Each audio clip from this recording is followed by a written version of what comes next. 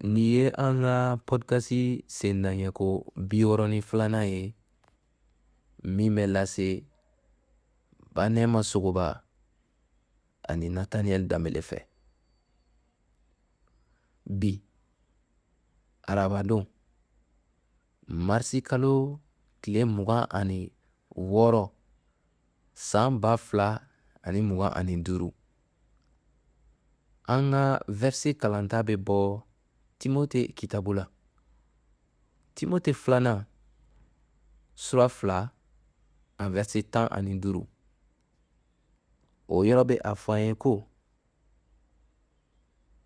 i ka i jija ka i yɛrɛ jira Ala la i ko baarakɛla min ye tɔgɔɲuman sɔrɔ ni maloya sababu t'o la. A bɛ tiɲɛ kuma faranfasi cogo sɛbɛ la. Danaya ɲɛnamaya ye welewelekan ye ka ɲɛsin dafalenya ani ɲumanya ni ta fanfɛ.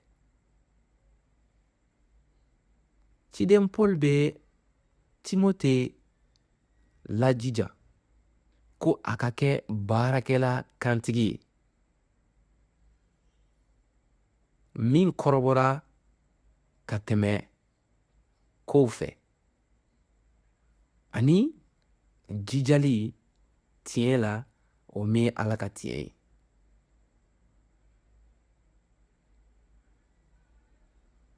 O yɔrɔ bɛ an hakili lajigi ko an kan ka an yɛrɛ bɛɛ di ni sɛbɛ ye k'an to an ka danaya taamali la ni Kirisa ye, k'a ka kuma kalan ni tilennenya ye ani ka a ka kuma tila an ni ɲɔgɔn cɛ ni kantigidenya ye.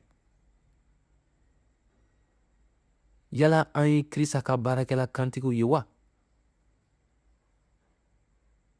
Yala tiɲɛ an ye o min sɔrɔ an bɛ ka o bila baara la wa? An ka cɛsirili kana na kɛ cɛsirili ye min ye gansan ye, nka a ka kɛ cɛsirili ye dɔnniya minɔgɔ ani ka Ala tanu o sagona bɛ min na. An ka waati dɔ ta bi o min ye delili ani kitabu kalan waati ye k'a ɲini Ala fɛ ka an barika kuraya walisa an ka se ka kɛ seere jijalenw ye kantigi tiɲɛ la. Ala bɛ an wele ko an ka kɛ baarakɛlaw ye minnu bɛ baara kɛ ni jijali ye.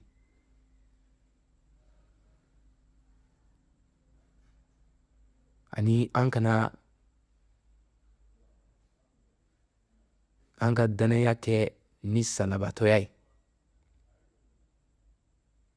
An ka jija ka taa ɲɛ ni jijali ye. Bawo ale Ala la an bɛ fanga sɔrɔ ka hakilitigiya sɔrɔ walasa ka a sago dafa.